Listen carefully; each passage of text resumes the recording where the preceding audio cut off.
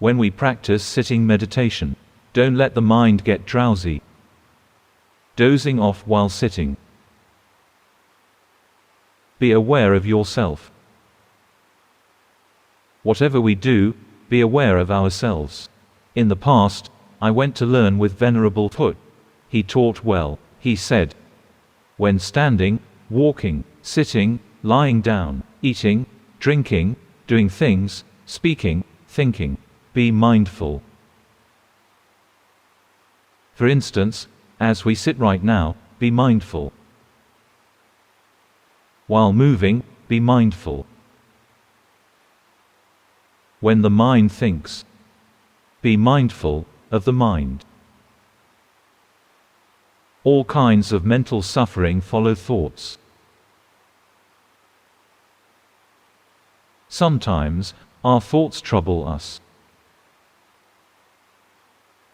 Therefore, let's be mindful when we stand, walk, sit, lie down, eat, drink, while doing activities such as sweeping the floor, mopping the floor, driving the car, doing, speaking, and thinking. Be mindful. Therefore, when we move our body, when performing bodily actions, verbal actions, mental actions, most mental actions are thoughts. Be aware of them. In this way our practice can be continuous. From when we wake up till when we fall asleep, except for those times when we need to do work that requires us to think. For the rest of the time, whenever we have bodily actions, verbal actions, and mental actions, be aware of them. Bodily actions occur. The body stands, walks, sits, lies down, bends, stretches, turns left, turns right, because the mind commands the body. Verbal actions occur, good speech or bad speech, because the mind commands it to do so. The mind thinks before the body acts. Therefore, the essential factor for successful practice is to have mindfulness and to be aware of our own mind.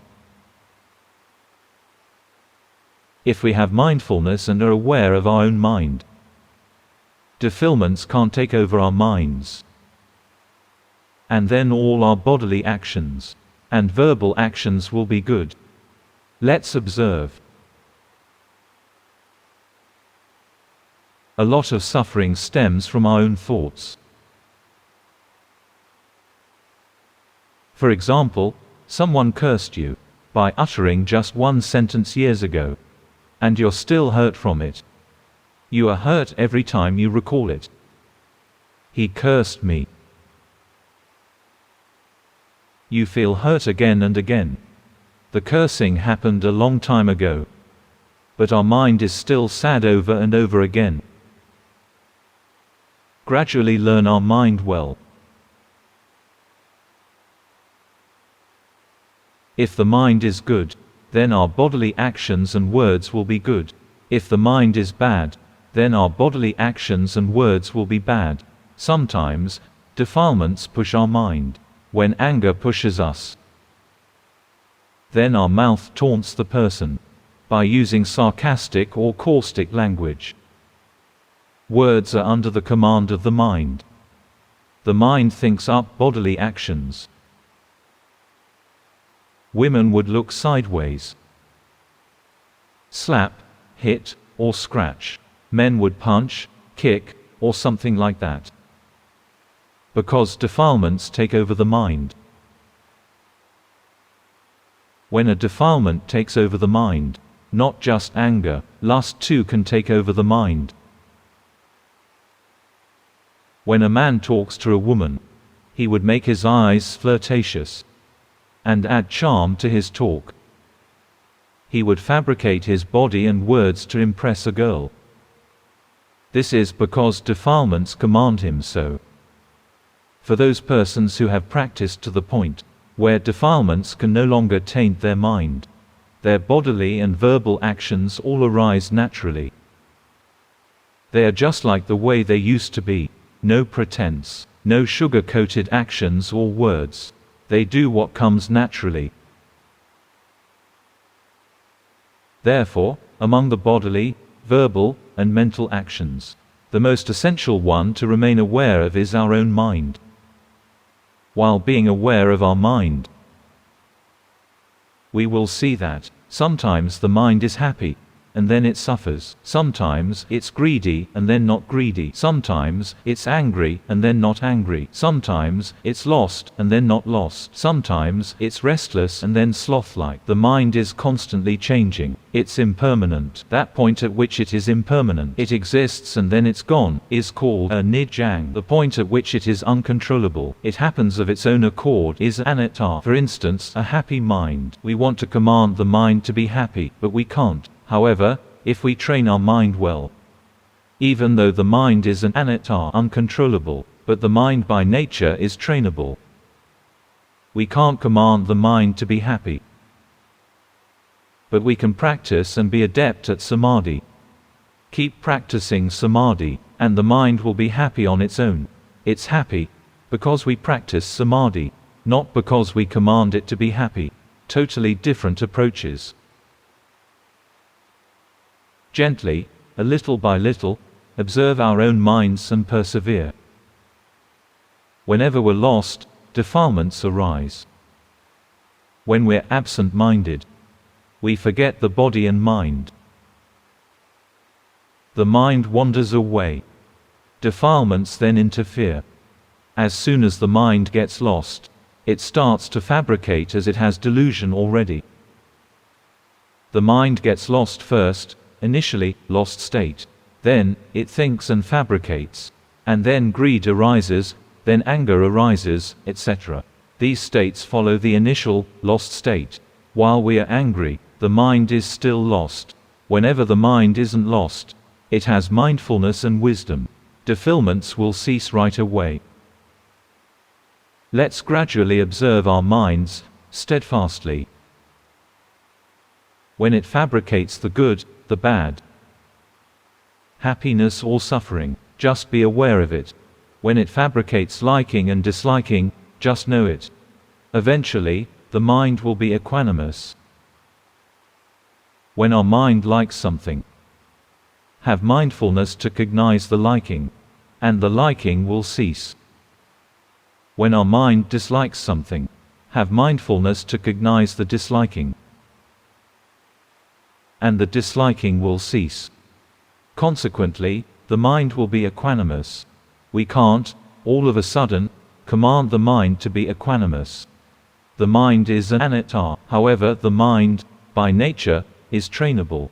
We train to have mindfulness to cognize the liking mind or the disliking mind again and again. Later on, when the mind likes something, mindfulness will cognize it immediately, and the liking will cease on its own. The liking ceases, not because we command it to, but because we have mindfulness. Then, defilements will cease on their own, not because we command them to.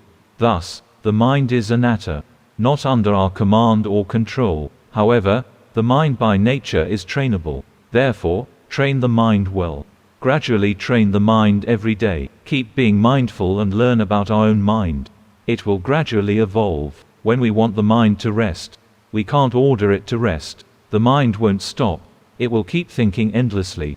So, instead of letting it think about 100 or 1,000 stories, let it think about one thing, e.g. to think Buddho, Buddho, Buddho continually, and don't think about anything else. When the mind stays with a single meditation object, soon it will be calm. It becomes calm when the mind stays with the meditation object that it is pleased with. When it isn't calm, this is because we have ordered it to be calm. Gradually notice that the mind is anatta, that is, neither under our control nor our command. However, the mind itself is a natural state that's trainable. So, train. If we generate this kind of cause, the effect will be conditioned accordingly. For example, if we generate a bad cause, for example, surfing the internet, scrolling on Facebook, or something like that, it means we train to generate the cause of restlessness. Sometimes craving interferes, sometimes anger interferes, while restlessness, that is, delusion, is the primary condition. with delusion as the primary condition. Craving or anger arises. If we have mindfulness to guard our minds, then, whenever defilement arises, mindfulness will cognize it right away. If cognition happens correctly, defilements will cease immediately. However, if cognition happens incorrectly, for example, when we see a defilement and want it to cease because we don't like the defilement, then this means that the mind isn't equanimous, but instead it is displeased. Thus, the defilement will not cease because a new defilement is occurring. That is, the displeasing defilement of anger has arisen. If we can read our own minds adeptly, then, when anger arises,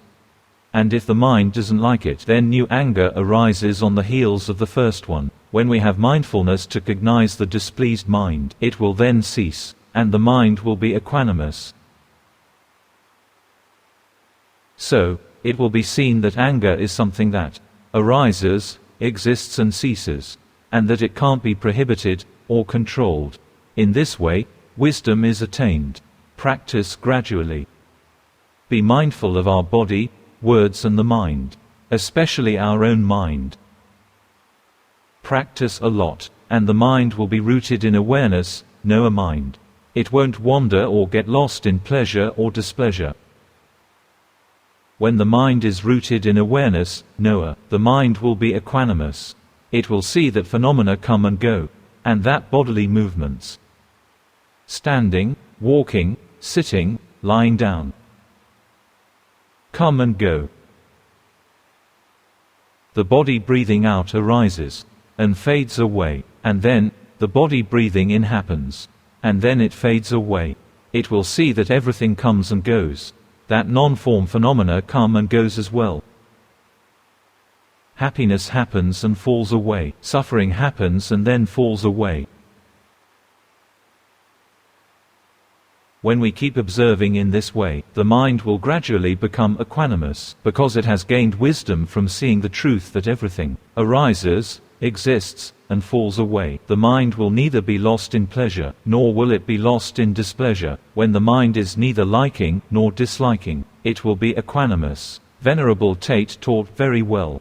He said, "One who has reached equanimity will transcend all kinds of suffering." Our mind still suffers, because it isn't equanimous. When the mind doesn't have a pleasing object, it wants a pleasing object. This is called kama tanha, sensual pleasure craving. When the mind wants a pleasing object, that point at which wanting arises, the mind is striving, it's suffering already. When it has a pleasing object, then it wants the pleasing object to last. This is called bhava tanha, craving for existence. When it meets a displeasing object, it wants the displeasing object to end or disappear. This is called vibhava tanha, craving for non-existence. We need to practice a lot in order to develop mindfulness and wisdom. In the beginning, we practice to develop mindfulness. When sensual pleasure craving arises, be aware of it. When craving for existence arises, be aware of it. When craving for non-existence arises, be aware of it. Then the craving will cease. Craving is the greed defilement. When craving arises, be mindful of it and it will cease. After it ceases, it will arise again. Keep persisting till the meditation practice is developed and wisdom is accrued. Then defilement will cease, not because of mindfulness, but because of wisdom. Wisdom is a tool to cut off and uproot defilements. Mindfulness can't really destroy defilements. Samadhi can't really destroy defilements. Samadhi, in fact, can easily be defilement's tool. However, wisdom arisen from seeing the truth will be able to uproot defilements. For instance, we can see that whenever the mind has craving, it is suffering. We observe further that craving is temporary, that suffering is temporary, and that we can't prohibit either craving or suffering from arising. We learn this gradually. We keep seeing and learning Dharma. Eventually, the mind will become equanimous. Then, when happiness arises, the mind with wisdom knows that happiness is temporary, and that it comes and goes. We can't hold on to it. When suffering arises, the mind with wisdom knows that suffering is temporary. It lasts for a while, then it will disappear. We can't chase it away. Even though we want it to last, it won't. It occurs due to its own causes and conditions. When the mind is wise, it will see that happiness is impermanent, suffering, and non-self. That suffering itself is impermanent, suffering, and non-self. The mind will be equanimous. When happiness arises, the mind will be equanimous as a result of wisdom, because it understands that things do not last forever. Even though we get what we want, we can't keep it anyway. The mind will no longer thirst for happiness. Or when suffering arises, the mind with wisdom will see that if suffering is to arise, we can't prohibit it. If suffering has arisen, we can't chase it away. It's not under our control. This means we see anatta, non-self. Keep being aware of the suffering, and it will go away by itself, because it's a nijang, impermanent. When the mind is suffering, dukkha, the mind will not strive to get rid of it, as it knows that suffering is impermanent. When happiness arises, the mind will not strive to keep it, as the mind knows that happiness is impermanent. You see, when the mind has wisdom, it will be equanimous towards both happiness and suffering, to both the good and the bad. Happiness, suffering, good, bad are equal in terms of the three characteristics of existence. That is, they all arise and cease. When the mind sees the truth in this way, the mind will be equanimous as a result of wisdom. Consequently, when happiness arises, the mind will not be lost in gladness. When suffering arises, the mind will not be sad. The mind will be equanimous, as it understands that everything happens due to its causes, not because of our command. When the mind is equanimous, what would happen? The mind will not strive and fabricate. Therefore, craving can no longer create realms, bhava, for us. When craving exists, the mind is not equanimous. It keeps wanting this and that. When the mind has wisdom, it understands that everything is impermanent, that happiness and suffering are equal in terms of the three characteristics of existence, that the good and the bad are equal in terms of the three characteristics of existence. Once the mind comprehends in this way, the mind will be equanimous towards happiness and suffering, the good and the bad. The mind will understand that everything happens as a result of its causes and conditions, not because of our command. When the mind is equanimous, it will no longer strive. The mind strives because it lacks equanimity. Let's take a moment to notice. The mind strives because we keep liking or disliking something all the time. The mind is not equanimous, so it strives. As in the case of when we are sick, we become displeased with the sickness, so the mind strives and hence no peace at all. The equanimous mind understands that everything is equal, and so the mind will not strive, and it will not create realms, bhava. That point at which the mind becomes equanimous as a result of great wisdom is the door to enlightenment. At the moment of enlightenment, the mind transcends realms, mental striving and fabrication. That is, the mind strives and fabricates. When craving happens, striving happens. Craving is referred to as tanha upadana. To emphasize, mental striving is called realm, bhava. When realms arise, birth, chati, takes place. That is, the I and the mine arise, and then suffering, dukkha, arises. If we are wise, we understand that all kinds of phenomena equal. The mind will not have craving, and therefore will not create realms. If the mind doesn't create realms, then what will happen? Well, the mind will experience the thing that transcends realms. That is, it experiences nibbana. Therefore, no one can order the mind to enlighten. The mind is anatta. However, the mind is trainable. Train the mind to be wise, and it will understand that everything is equal. Then, the mind will no longer crave, no longer strive, no longer fabricate. The mind will become a natural state that senses, pure consciousness. It will only sense, and it does nothing else. Meaning, the mind will sense and will not fabricate any further. The mind will do so on its own, as we can't order the mind not to fabricate. When the mind no longer fabricates, it will transcend realms and realize nibbana. Nibbana is the state without fabrication, called visankhara. Nibbana is the state that transcends asava kilesa, influx, canker of defilement. It transcends the power of defilement. It transcends attachment to the aggregates, called vimutti, release, deliverance from suffering. We gradually learn, and eventually, our minds will realize transcendence and purity. Through awareness, we keep learning our mind's behavior.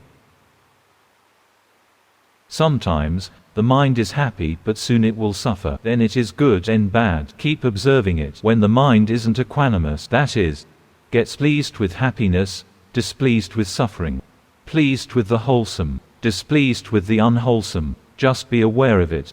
Then, the mind will be equanimous as a result of mindfulness.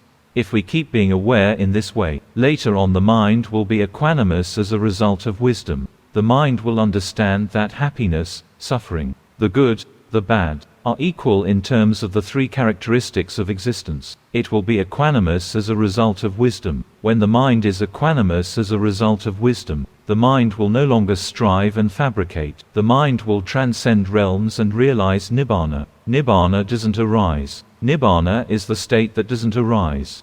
And therefore Nibbana doesn't cease. That which arises, ceases. Practice gradually. Practice attentively every day. Don't hurry, but also don't be lazy. Walk step by step every day. One day, we will see the finish line in front of us. That point at which we see the finish line in front of us, we've attained Sotapanna, stream enterer, the point at which we walk towards our finish line. We are Sakadagami, once returner, the point at which we are about to reach the finish line. We are Anagami, non-returner. When we arrive at the finish line, we've reached Nibbana. When we've reached Nibbana, we will know that Nibbana is not anywhere else, but rather it has been right in front of us from the very beginning. However, as the mind has tanha, craving, that is, realm, mental striving, so Nibbana can't be seen. It's like having such bad eyesight that, even though gold, silver, and precious stones are in front of us, we just can't see them. So, practice gradually. Eventually, we will see the precious wonderful thing right in front of our eyes. We haven't seen it because defilement covers them up. There are defilements, craving, and striving in the mind. The mind constantly strives. It strives all the time. Sometimes, it wants to see. Soon, it wants to hear. Then, to listen, to smell, to taste, to feel tactile sensations, to perceive mental objects. It wants happiness, the good, etc. These are mental desires. Whenever the mind thirsts for something, the mind will strive towards it. Gradually observe that whenever the mind strives, the mind is suffering.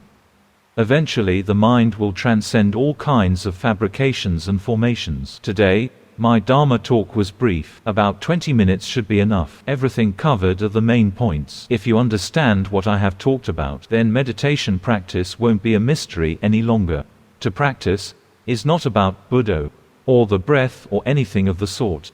These are only tools. The essential point is to be mindful of our own mind well enough. And then the rest will follow. That's why meditation masters have said, if we can reach the mind, we will reach the Dharma. If we can't reach the mind, we can't reach the Dharma. So, practice. Next, review homework. Number 1. Regarding formal meditation, I practice mindfulness of breath. When I look into my hands, I see bones. During the day, I see anger rise and cease. My husband just passed away. When I'm home alone, my mind feels terrified. I can't stay home alone.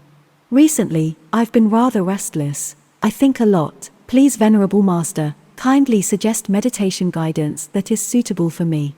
The mind is still sad and not equanimous.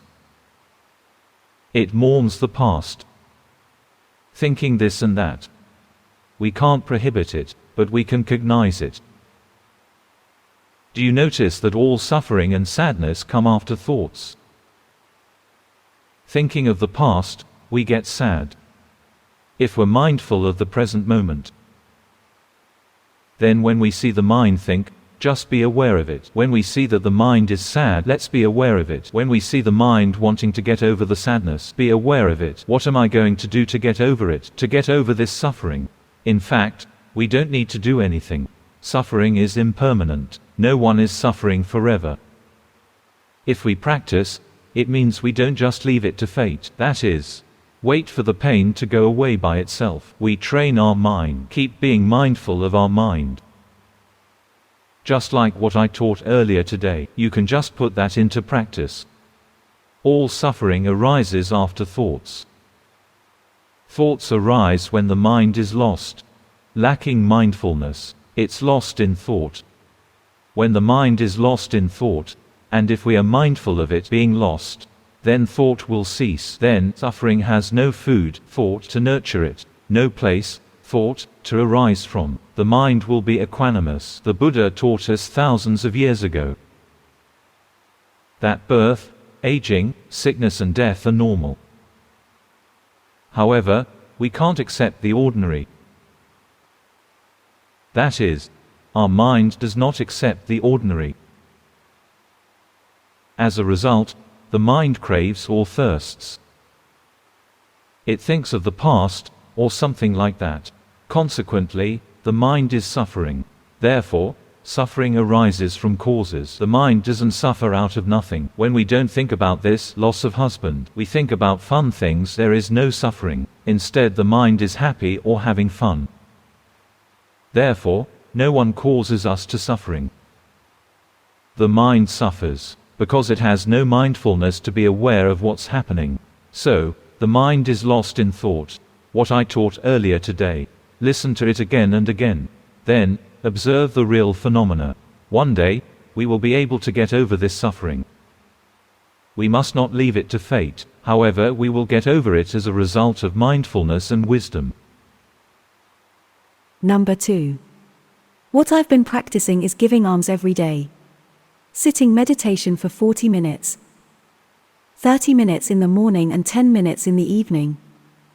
And listening to morning chant and evening chant via MP3. Do I practice correctly or do I need to change anything, Venerable Master? Correct. There is nothing bad in what you've been doing. Giving alms is good. Chanting is good. Listening to chants is still okay. Sitting meditation and walking meditation are all good. It's all good. Even though we are good, we can still develop our wholesomeness further. Whatever we do it with awareness, and observe our own mind. Why do we practice all these good things? Is it because we want to be happy? Is there any kind of wanting behind it? Do you want to be good? Or want to attain path and fruit? All kinds of wants are tanha, craving. Our physical actions and words are from our mind. So, observe our mind. Is it under the command of craving? For instance, giving alms. Why do we do that? Investigate it. If we give alms in order to decrease our defilement, that's the best. But if we do that because we expect to get enlightened easily, that isn't wise. It's merit, na, but not wholesome, kasala, not wise. Doing good deeds is merit-making. Wholesomeness is conditioned by spiritual wisdom, that is, to understand causes and effects. Therefore, we practice sitting meditation. What is the reason behind it? Gradually observe. Is it because we want to be good? If so, that's tanha, craving. Investigate yourself. Practice gradually. Consequently, when we practice, the mind will be relaxed, not stressed. You won't force yourself and become stressed or drowsy. Let the mind work and be mindful of it. When we practice sitting or walking meditation, or when listening to chants or giving alms, observe our mind. What is the reason behind our actions? Keep being aware of the mind, and then we will progress more.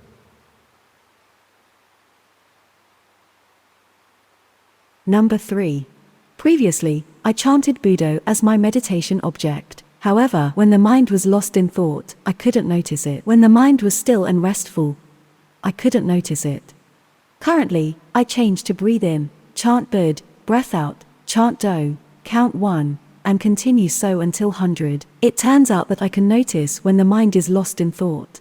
So, I can see that the mind is lost in thought very often, and also understand that lost in thought mind is uncontrollable. During the day, I try to think of the word Buddha as often as I can. Regarding my practice, is there anything I need to be concerned about, sir? Your practice is correct. When you practice correctly, you need to practice enough and often. Keep being mindful. Your practice is good. Aggregates are separated out. The mind is bright, wieldy, malleable, proficient, and not dull. It looks good. Keep learning. Learn within our body and mind. Number 4. My practice is running for an hour in the morning and chanting Buddho Susadho Karuna Mahannavo. While I walk around to see my staff working for half an hour, I try to be mindful. After lunch, I listen to Luang Por's YouTube and practice sitting meditation for half an hour. When I'm back from work, I chant the mantra for half an hour. Last year, Luang Por told me I already have the knower mind. The question is, it seems like I can't see the 3 characteristics of existence often. How to practice to progress to Vipassana, sir? Actually, the mind can do Vipassana already. Aggregates are all separated out. Just keep seeing them work. When the mind is lost in thought, be aware of it. No matter how the mind is, be aware of it. Your practice is good. Practice more. Keep on practicing. Just don't be greedy, that's all. The mind is still greedy.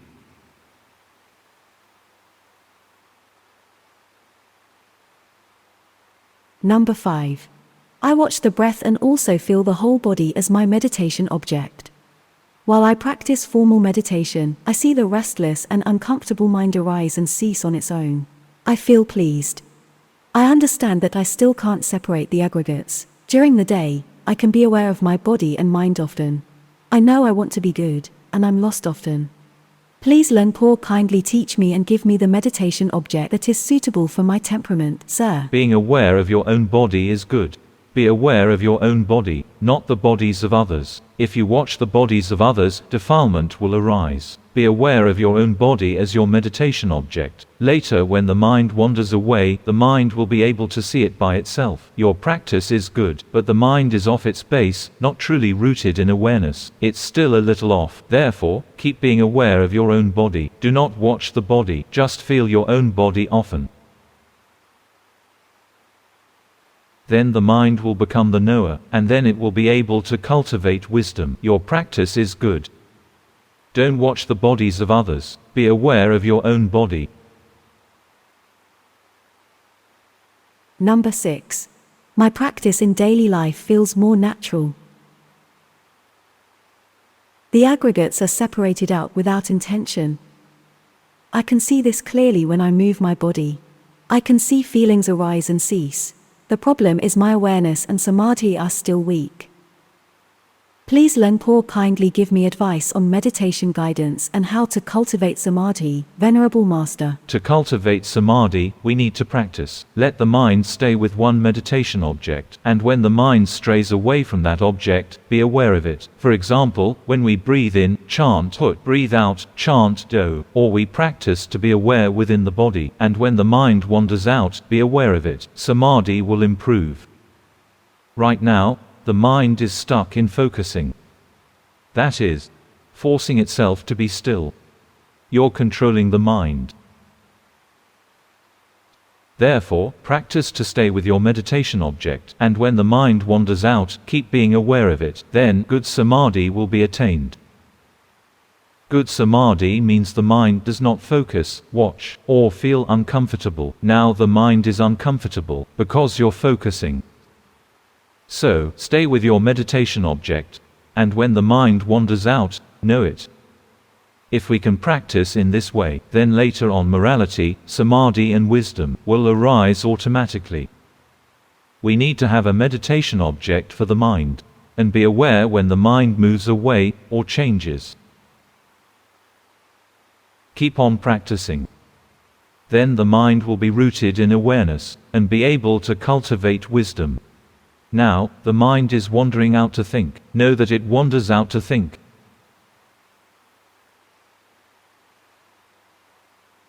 Number 7. I use the breath and bodily movements as my meditation object. I can be aware during the day. I'm lost sometimes. I see the mind arise and cease, and see the new mind arise. I'm aware of the mind when it is pleased or displeased. I can see the craving as well as conceit clearly. When I saw my intelligence outstripping my spiritual wisdom, then I felt sad, and then the Dhamma fabrication decreased. Please Lungpo kindly advise and give me homework, Venerable Master. You're wise, as you know what's wrong. Intelligence outstripping spiritual wisdom isn't right, it's mental fabrication. If intelligence outstripping wisdom happens, we should increase our samadhi, and let the mind stay with the meditation object. Don't worry about wisdom. Wisdom is only a tool, not something that we need to hold on to. Wisdom's duty is to cut off defilements.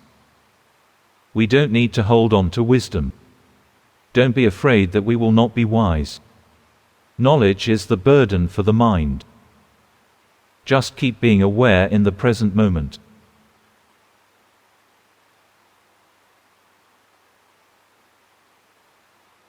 When you do so, your mind moves back and forth.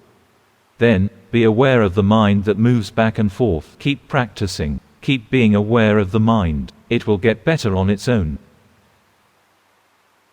Just be careful when you practice. Don't let the mind be drowsy. Don't let delusion take over your mind. When aware, be aware in a knowing manner. Be aware in an awakening manner, and be aware in a cheerful manner. Now, let your mind revert back. Revert back. Okay, stay there. Don't let it slip. Stay there, then you will see all kinds of phenomena come and go, come and go. Don't interfere with them. Now, you're lost in thought. Be aware that the mind is lost in thought. Finally, the mind will be the knower mind. It will see phenomena come and go.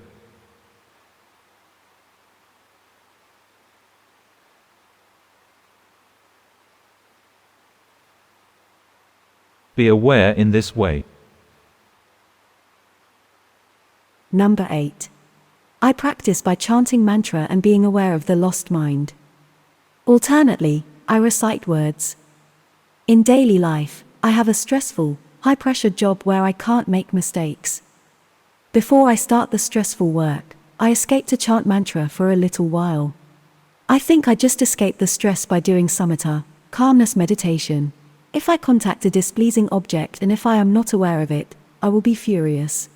Please Lungpo kindly suggest the meditation practice that is suitable for me, Venerable Master. We can see the defilements that we have. That's good. Don't think that the mind, has to be good all the time. Defilements can't be prohibited. They come up and go away. Regarding chanting mantra before work, this is calmness meditation, and that's good. If our minds have samadhi, we will work better, correctly and precisely. If our mind is restless and distracted, if it's stressful, our work won't be good, because stress depletes our energy a great deal.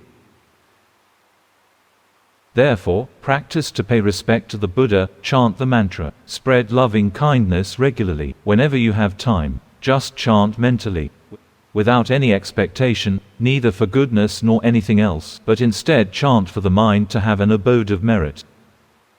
When the mind is relaxed and light, if we start working, then we can work well. If we work in a stressful manner, that's suffering. So, train our minds. Chant a short mantra. Keep chanting whenever we have time. We don't chant for happiness, calmness, or goodness. Rather, we chant without expectation. And then, the mind will be calm by itself, happy by itself, and rooted in awareness by itself. If we do it with greed, when is it going to be calm? When is it going to gain energy? Then it won't be calm. This will waste the energy of the mind. Keep observing.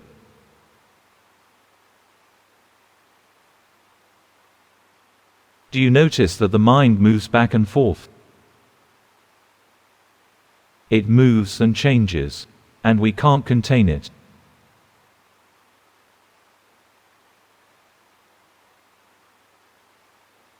Chanting a mantra, so that your mind won't be stressful while working. That's correct. That's good. Keep doing it. Then, we will be happy at work and not stressed. If we work stressfully, it means we're already in hell alive. If we work happily, we are in heaven alive. That's all for today.